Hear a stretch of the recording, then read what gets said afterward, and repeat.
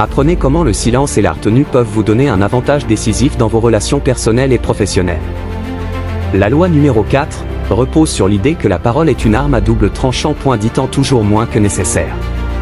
Plus vous parlez, plus vous exposez vos pensées, vos intentions et vos faiblesses. A l'inverse, en restant vague et énigmatique, vous créez une aura de mystère qui attire l'attention et suscite l'intérêt. Cette loi du pouvoir est un appel à la prudence verbale et à la maîtrise de soi. 1. Le pouvoir du silence et de l'ambiguïté. Les personnes qui en disent peu apparaissent souvent plus sages et plus puissantes. Elles laissent les autres deviner ce qu'elles pensent, créant ainsi une tension psychologique. Le silence, ou le fait de parler peu, donne l'impression que vous avez une force intérieure et que vous êtes sans contrôle. Cela force les autres à interpréter vos paroles, souvent en les exagérant, ce qui amplifie votre pouvoir. 2. La maîtrise de l'image.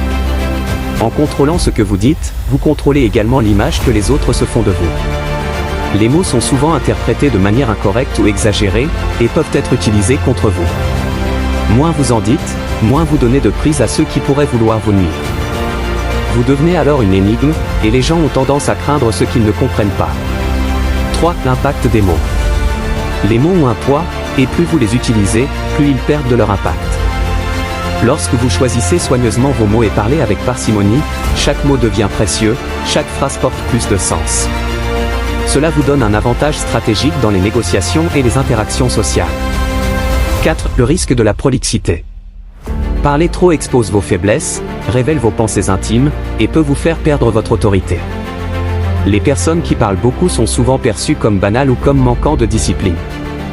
En revanche, ceux qui gardent le silence ou ne parlent que lorsque c'est nécessaire, semblent plus intelligents, même si ce n'est pas toujours le cas. 5. La stratégie de l'intimidation. L'un des aspects les plus puissants de cette loi est l'intimidation qu'elle peut générer. Les personnages puissants utilisent le silence pour instaurer un climat de crainte ou de respect. Les autres ne savent jamais exactement ce que vous pensez, et cela les met mal à l'aise, les forçant à adopter une attitude plus conciliante. En conclusion, la maîtrise de la parole est un art essentiel pour quiconque cherche à exercer du pouvoir. En parlant moins, vous gagnez en contrôle, en mystère et en autorité.